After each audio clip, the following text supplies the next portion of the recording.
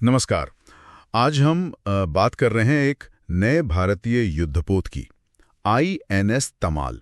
लेकिन ये सिर्फ एक फौजी खबर नहीं है। इसके पीछे ना भारत की रक्षा नीति और दुनिया के साथ उसके रिश्तों की एक बड़ी तस्वीर छिपी हुई दिख रही है। हाँ बिल्कुल। और जो पहली बात ध्यान खींचती है वो ये है कि INS तमाल शायद विदेश से खरीदा गया भारत का आखिरी बड़ा युद्धपोत हो। अच्छा। आखिरी। हाँ। मतलब इसके बाद जो लक्ष्य है वो ये कि ऐसे सभी जहाज मेड इन इंडिया ही हों। तो ये आत्मनिर्भरता की तरफ एक, आप कह सकते हैं, बड़ा संकेत है। ये तो वाकई में एक बड़ा कदम है। लेकिन चलिए इस जहाज के बारे में थोड़ा और जानते हैं।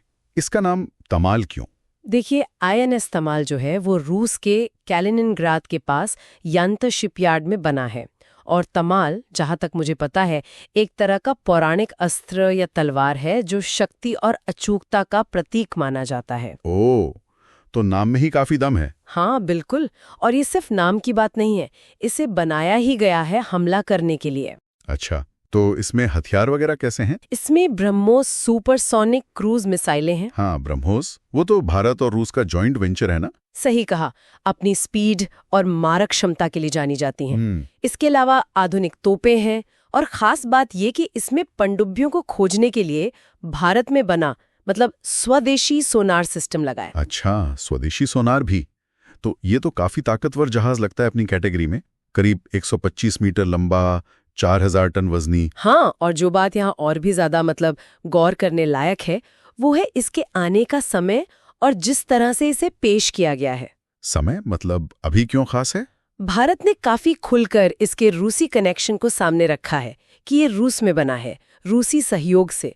नौसेना ने तो बाकायदा एक वीडियो भी जारी किया है। वीडियो जिसमें रूस के साथ साझेदारी दिखाई गई। हाँ, जिसमें भारत रूस साझेदारी पर जोर है, जहाज की क्षमताएं बताई गई हैं और उसके रूसी लिंक्स को हाईलाइट किया गया है। ये सिर्फ एक रूटीन जानकारी देना नहीं लगता। तो ये सिर्फ एक जहाज का आना नहीं, बल्कि एक तरह का कूटनीतिक संदेश भी है। ऐसा लग रहा है। और ये सब तब हो रहा है जब अमेरिका से कुछ अलग तरह की आवाजें आ रही हैं, खासकर भारत और चीन को लेके। बिल्कुल सही पकड़ा आपने। ठीक इसी वक्त अमेरिका में एक सेनेटर हैं, लिंजी ग्राहम। उन्होंने एक बिल लाने का प्रस्ताव रखा है। क्या है उस बिल में? वो चाहते हैं कि भारत और चीन अगर रूस से तेल खरीदते हैं तो उन पर 500% का टैरिफ लगाया जाए। 500%? हाँ। ये तो बहुत ही ज्यादा है।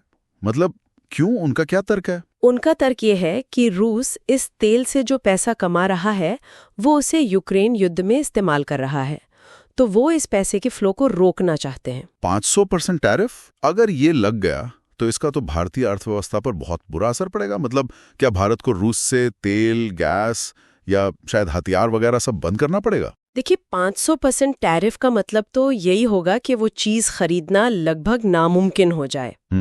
पर इस बिल में एक वेवर यानी छूट का प्रावधान भी रखा गया है। छूट? तो फिर ठीक है। नहीं, इतना आसान नहीं है।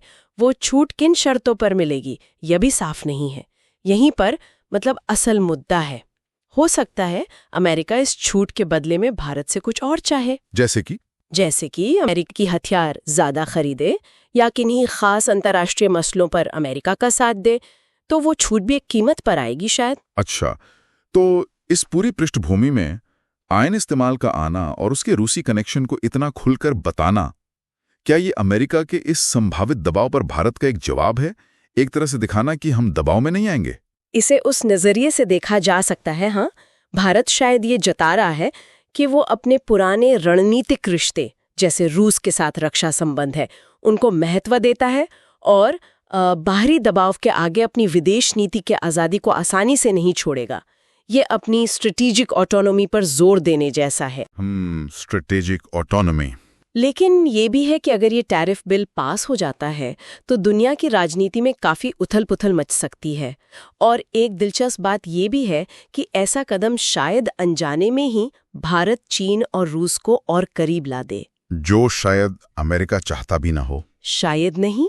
तो कुल मिला के देखें तो INS तमाल का आना सिर्फ नौसेना के लिए एक नया जहाज मिलना भर नहीं है। ये भारत के आत्मनिर्भर बनने के इरादे, उसकी उलझी हुई विदेश नीति और दुनिया में अपनी जगह बनाने की कोशिशों का एक प्रतीक बन गया है। हाँ, और ये हमें सोचने पर मजबूर करता है कि क्या भविष्य में इस तरह के आर्थिक दबाव, जैसे 500% टैरिफ की बात हो रही है, क्या ये देशों को और करीब लाएंगे या उनके बीच नई दीवारें खड़ी करेंगे? सही बात है। दुनिया की व्यवस्था पर इसका क्या असर होगा, ये देखना वाकई दिलचस्प होगा। बिल्कुल, इस पर आगे भी नजर रखनी होगी। अगर आपको ये जानकारी उपयोगी लगी हो तो कृपया इसे लाइक करें, शेयर करें और हमारे चैनल को सब्सक्राइब करें।